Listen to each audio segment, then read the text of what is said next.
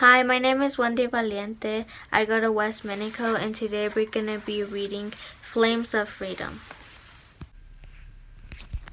Chapter 4. The streets have grown more crowded. Despite their smiles and eager steps, mothers held tightly to the hands of their children. Couples walked with their arms around each other, as they worried they might be pulled apart. Groups of boys Jonathan's age stood on corners appraising people as they passed, calling out greetings to some and angry words at others. Jonathan's sense of dread increased. The boys spotted Mr. Jensen. Jensen, you Tory! They shouted, only patriots to the State House. Only patrons, Jensen, you are not a patron. You're a king-loving traitor. Among the people of boys was one Jonathan sometimes went swimming with, in the harbor, a boy named Charles May. Charles stepped forward and jotted out his chin, his blue eyes flashing. He held his stick and looked ready to swing it. Jonathan Stone, are you with that Tory traitor? Jonathan glanced at his mother, who was firmly gripping Mr. Jensen's arm. Guarding him forward, he knew she didn't want Mr. Jensen alone with them either, and that his beginning with them was attacking the kind of anger and violence she had worried about.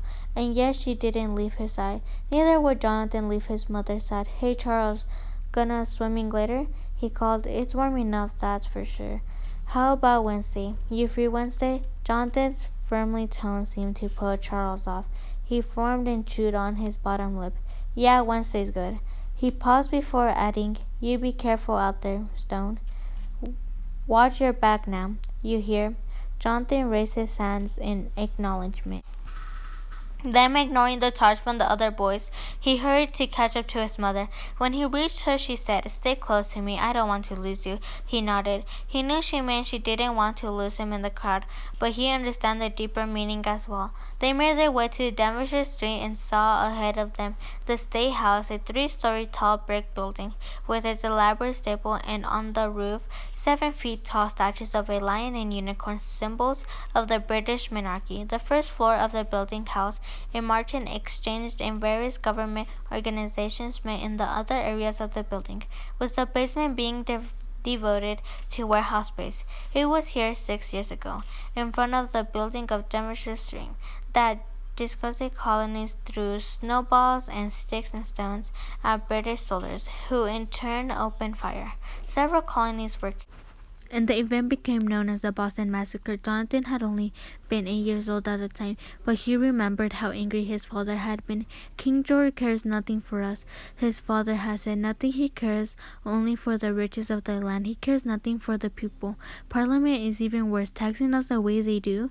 And who is over there speaking for us? Nobody. We mean nothing to England, save for what we produce, for the wealth of which we are taxed. For a man who spoke out of necessity, even a short trade such as this was surprising to those around him, including his family. It was short after the Boston Massacre that his father made the decision to fight against England, against the protestance of his wife and the wide-eyed wonderment of his son. His father told him, you will understand one day, Jonathan, you will understand meaning of adjustment, and you too will raise your voice. How Jonathan wished his father were here with him.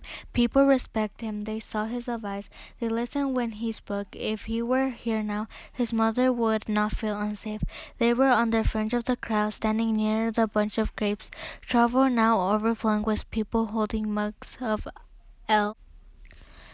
Colony craft artillery regiments lined the streets. Other military units stood to give a sense of orders, but also entreating the particular inflammation natural of the speech about to be made. Johnson did not know if seeing all these soldiers standing at attention made him feel safe or more worried. We need to get closer, Mr. Stone said.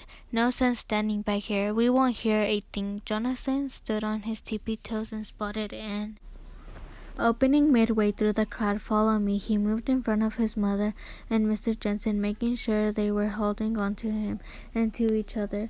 Then he began pushing his way through the crowd, meeting a good deal of resistance. Watch out, lad. Gads, you fool. Where do you think you're going? There's no space up there, you know. Pardon me, Jonathan said. Excuse me? So sorry, you're very kind. They reached down midway through the crowd when Simone slapped Jonathan's shoulder and said cheerfully, Jonathan, Mrs. Stones, you came. His beaming face was a welcome sight. But as he took in the sight as Mr. Jensen with him, his smile dropped and his eyes grew dark.